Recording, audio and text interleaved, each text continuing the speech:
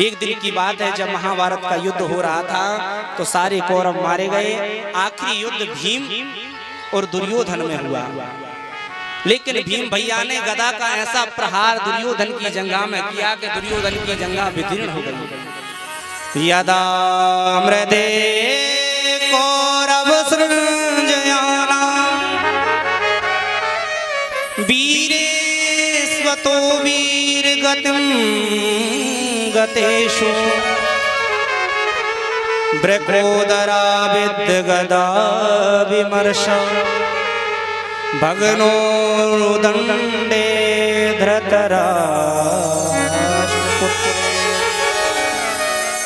धृतराष्ट्र के बेटा का भग्न विदीर्ण कर दिया जंघा को, और जैसे जंघा को विदीर्ण किया धड़ाम से धृतराष्ट्र का बेटा दुर्योधन जमीन पे पड़ गिरा। और आज भीम भैया ने वही गदा उठाया, कंधे पर रखा और पांचों पांडवों के साथ में विजय की रात्रि मनाने के लिए भगवान के साथ चल दिया। इधर जब कुरही की भांति दुर्योधन पड़ा था, उन्हीं के गुरुजी का बेटा अश्वत्थामा आया।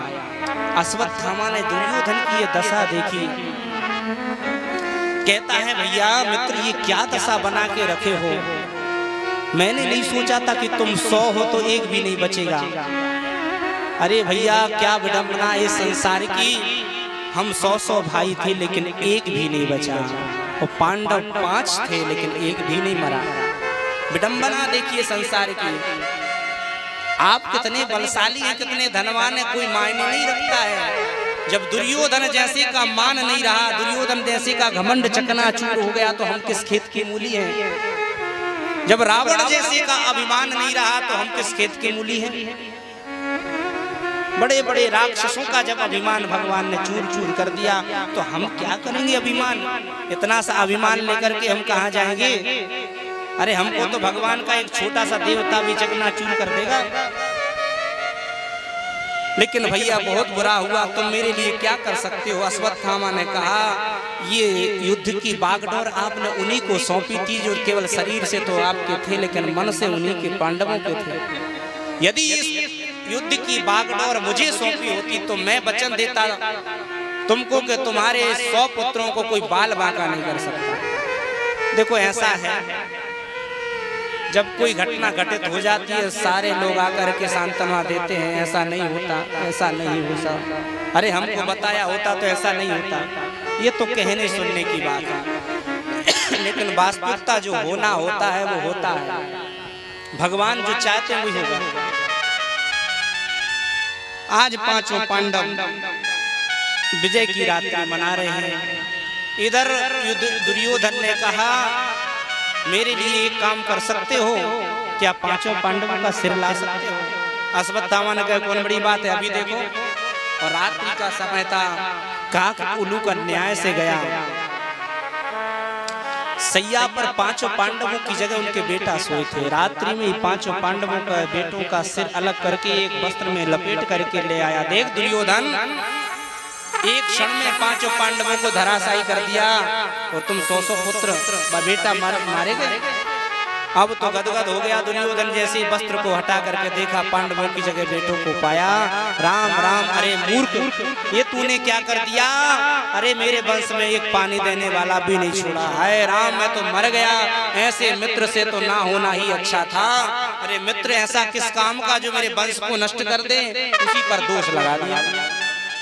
और ऐसा कुरही की भांति छाती पीटा कि देखते देखते दुर्योधन का देहांत हो गया।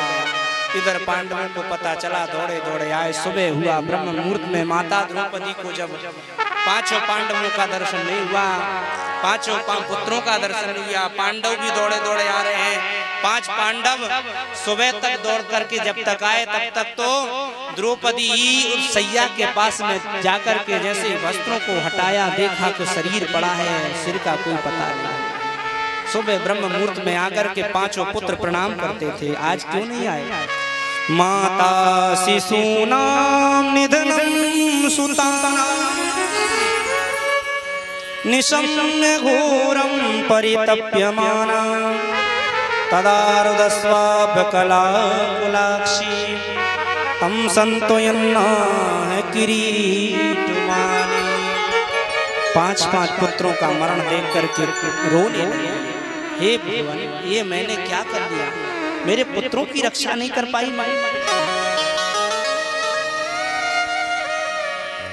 कौन ऐसी माँ होगी जो 5-5 पुत्रों को मौत का दर्शन करेगी, तो वो क्या अपने धैर्य को खोने से बचा पाएगी? क्या अपने हृदय को संभाल पाएगी?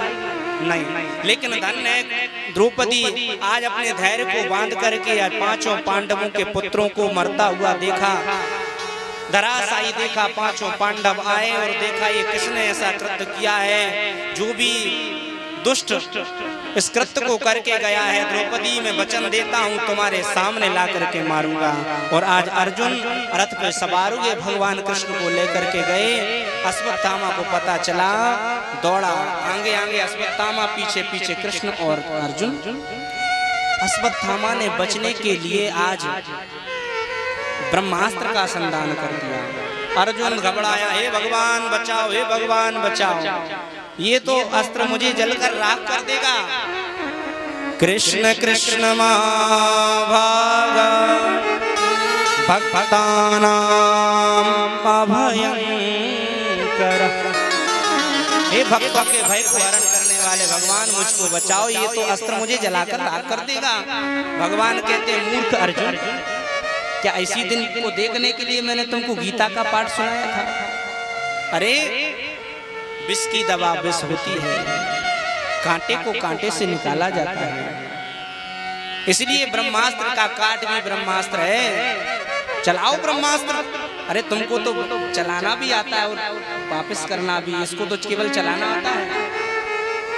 अब तो अर्जुन को पता चला, अर्जुन ने अपने बाण का संधान किया और ब्रह्मास्त्र जैसे ही चलाया, भगवान को लगा कि दोनों ब्रह्मास्त्र यदि आपस में स्पर्श हो गए तो सारी प्रजा सारा संसार नष्ट हो जाएगा। इसलिए भगवान ने ब्रह्मास्त्र के तेज को वही छीन कर दिया और दौड़ करके अश्वत्थामा की चोटी पकड़ी, रथ में सवार किया।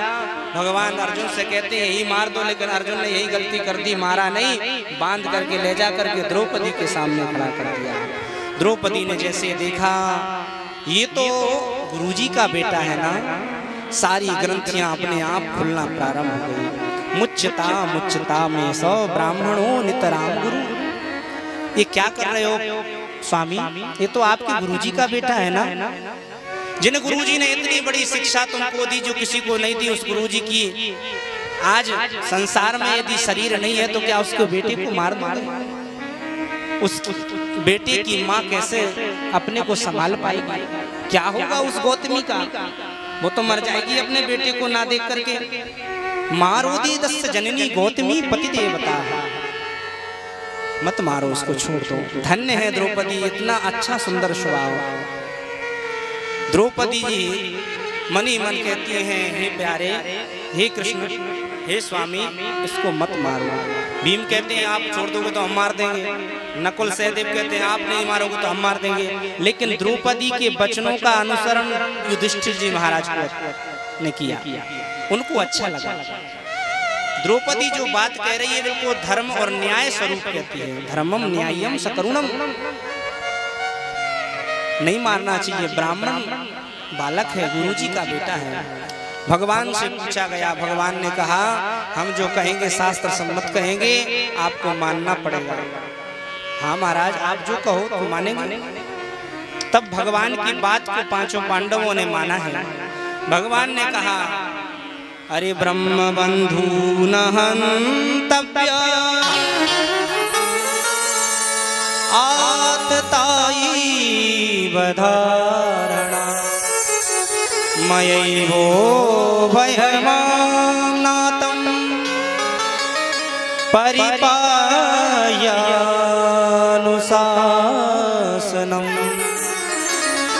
ब्राह्मण के साथ में मारना नहीं चाहिए, हत्यारा कोई भी हो छोड़ना नहीं चाहिए। प्रेम से बोलो राधे राधे। कथा समझ में आ रही है? नहीं आ रही हो तो हाथ खड़ा कर देना। किसको समझ में नहीं आ रही है? आ रही है? बोलो राधे राधे। ब्राह्मण कितना भी बड़ा हत्यारा हो उसको मारना नहीं चाहिए, और हत्यारा कोई भी उसे छोड़ना नहीं चाहिए। कर दे ना टेढ़ी बात, दोनों तरह की बात कर रहे हैं भगवान। अब आप बुद्धिमान हो तो तर्क वितर्क करो। ब्राह्मण को यदि मारोगे तो ब्रह्म हत्या लगेगी, गाय को यदि मारोगे तो गौ हत्या लगेगी, इसलिए नहीं मारना चाहिए। लेकिन ये हत्यारा इसलिए छोड़ना भी नहीं चाहिए। तब जाकर के गीता का सूत्र अर्जुन को याद आया, संभावितस्य चा कीर्ति मरणादिति रिच्यते। सम्मानीय पुरुष का समाज में अपमान ही मरण के समान है। सम्मान यदि समाज में चला जाए तो मरने के समान होता है, पर उसमें आप जिंदे रहकर भी क्या करोगे? समाज में यदि आपका कोई औकात नहीं है, कोई समाज में आपका नाम नहीं है, तो आप मरने वाले हैं, आपका कोई शरीर का औचित्य नहीं है। तो ब्राह्मण का कैसे मरण हो? शिखा चोटी काट दी गई, जो मणि लगी हुई थी माथे में उसको निकाल करके धक्के मार करके आज अश्वत्थामा को भेज दिया।